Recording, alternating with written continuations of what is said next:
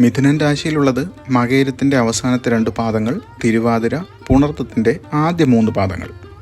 നിങ്ങൾക്കിന്ന് സന്തോഷവും ഉന്മേഷവും നിറഞ്ഞ ദിവസമായിരിക്കും. പുതിയ സൗഹൃദങ്ങൾ രൂപപ്പെടാൻ സാധ്യതയുണ്ട്. ആശയവിനിമയത്തിൽ വിജയം കൈവരിക്കും. നിങ്ങളുടെ ആശയങ്ങൾക്കും നിർദ്ദേശങ്ങൾക്കും അംഗീകാരം ലഭിക്കും.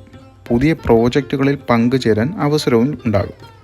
സാമ്പത്തിക സ്ഥിതി മെച്ചപ്പെടും. പുതിയ വരുമാന മാർഗങ്ങൾ കണ്ടെത്താൻ സാധിക്കും. ആരോഗ്യം നന്നായിരിക്കും. മാനസികമായി സന്തോഷം അനുഭവിക്കും.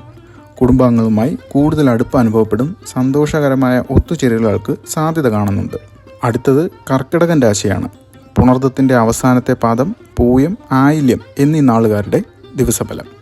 ഏപ്രിൽ 28 നിങ്ങൾക്ക് ചില വെല്ലുവിളികൾ നേരിടേണ്ടി വരും. ക്ഷമയോടെയും വിവേകത്തോടെയും കാര്യങ്ങൾ കൈകാര്യം ചെയ്യുക. മറ്റുള്ളവരുടെ സഹായം തേടാൻ മടിക്കരുത്. ജോലിസ്ഥലത്ത് അല്പം സമ്മർദ്ദം അനുഭവപ്പെടാൻ സാധ്യതയുണ്ട്. കൂടുതൽ ശ്രദ്ധയോടും ജാഗ്രതയോടും പ്രവർത്തിക്കുക. സാമ്പത്തിക കാര്യങ്ങളിൽ ശ്രദ്ധയും കരുതലും ആവശ്യമാണ്. അനാവശ്യമായ ചിലവുകൾ ഒഴിവാക്കുക. ആരോഗ്യപരമായ കാര്യങ്ങൾ ശ്രദ്ധിക്കുക. മതിയായ വിശ്രമം എടുക്കുക. കുടുംബാംഗങ്ങളുമായി അഭിപ്രായ വ്യത്യാസങ്ങൾ ഉണ്ടാകാൻ സാധ്യതയുണ്ട്. ശാന്തമായി സംസാരിച്ച് പ്രശ്നങ്ങൾ പരിഹരിക്കുക. അടുത്തത് ചിങ്ങൻ രാശിയാണ്. മകം, പൂരം, ഉത്രത്തിൻ്റെ ആദ്യത്തെ പാദം. നിങ്ങൾക്കിന്ന് ആത്മവിശ്വാസവും നേതൃത്വ ഗുണവും വർദ്ധിക്കുന്ന ദിവസമാണ്.